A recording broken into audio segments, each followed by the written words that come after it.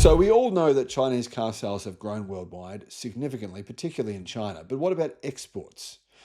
China's exports have risen, and China now exports more cars than any other country in the world. They were fifth place only a few years ago. They're now first. But what are the actual numbers? I mean, here are they. Here's the numbers. China's exports increased by 14.3% this year to 113 billion US dollars. That's for the first 10 months. That's a new record. To be honest, it hasn't grown quite as fast as what I expected, but part of that is because the US has blocked them, so has Canada, and Europe has placed these enormous tariffs on Chinese EVs. When you consider the context of that, then they're doing pretty well. YouTube's new algorithm means that you're often not getting all of our videos in your feed. Pretty sure you're probably not seeing a lot of them. In the description, there is a link to our newsletter. Click on that and you can get an update every day of all the latest news in the electric car industry. Hello, my friends. Welcome to the channel. I'm Sam Evans and I'm paid by the Chinese government.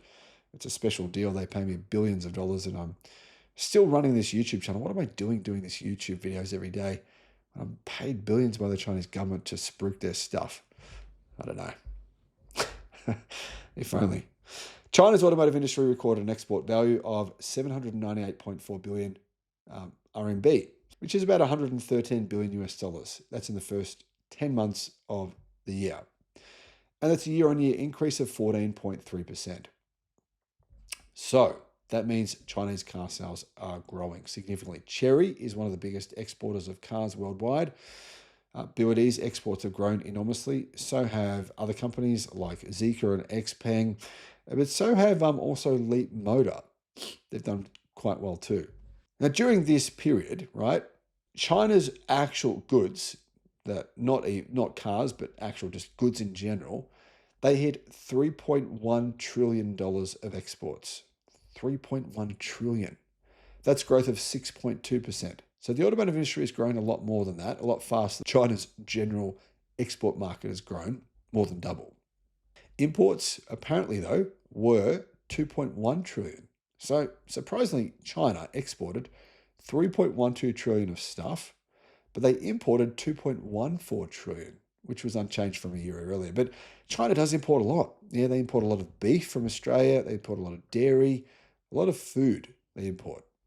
The automotive sector was among the strongest contributors for export growth in the country, says Car News China, outperforming the manufacturing average significantly. Mechanical and electrical products accounted for over 60% of China's exports, with automobiles and semiconductors the main place where they've seen gains. In October, though, it was very different, right? Car exports in October from China increased by 34% from a year earlier. Integrated circuit exports increased 27%. So you can see that Chinese automakers are actually growing faster now. The start of the year, not a lot of growth, but now 34% in the most recent month that we have data for. This trend, says Car News China, has enabled Chinese automakers to expand their presence in emerging regions, including Southeast Asia, the Middle East, Latin America, but also countries like Australia, where they've significantly grown their market share. Now, interestingly, China's overall exports in October fell by 1% year on year. So it's really just China's automotive industry that is kind of pushing them into the point where they're not really losing ground versus last year.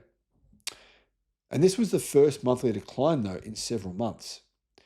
Economists say last year's high comparison base of fewer working days due to the mid-autumn holiday and weaker demand from Western markets as key factors for the reason that China's exports fell by nearly 1% in October. Now, cars up by 34%, but other stuff down.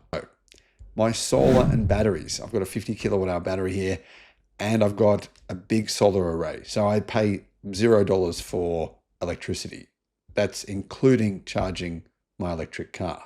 Resync Solar is the company that I used. I'll put a link to them in the description below. Now, I should mention that there's another group that's exported a lot of cars, and that's SAIC. They're a state government-owned manufacturer. They sell MG, IM Motors, their vehicles. They make a lot of different cars. And they also make General Motors vehicles for them as a joint venture in China. But of course, a lot of people in Europe buy MGs because they don't know that they're actually Chinese. They think an MG is a British brand. Now, as you can see, exports for cars have grown significantly, but clearly that export growth of the automotive industry is growing significantly to 34% versus the same month of last year. And I think that's very clear evidence of disruption. Now, even though the overall automotive industry has only grown by 14% this year, 14% is still pretty significant. If they continue to grow at 14% for the next 10 years, they'll take probably around 60 to 70% of the entire global automotive industry worldwide. So even though this growth doesn't appear super fast, it's a lot faster than you realize.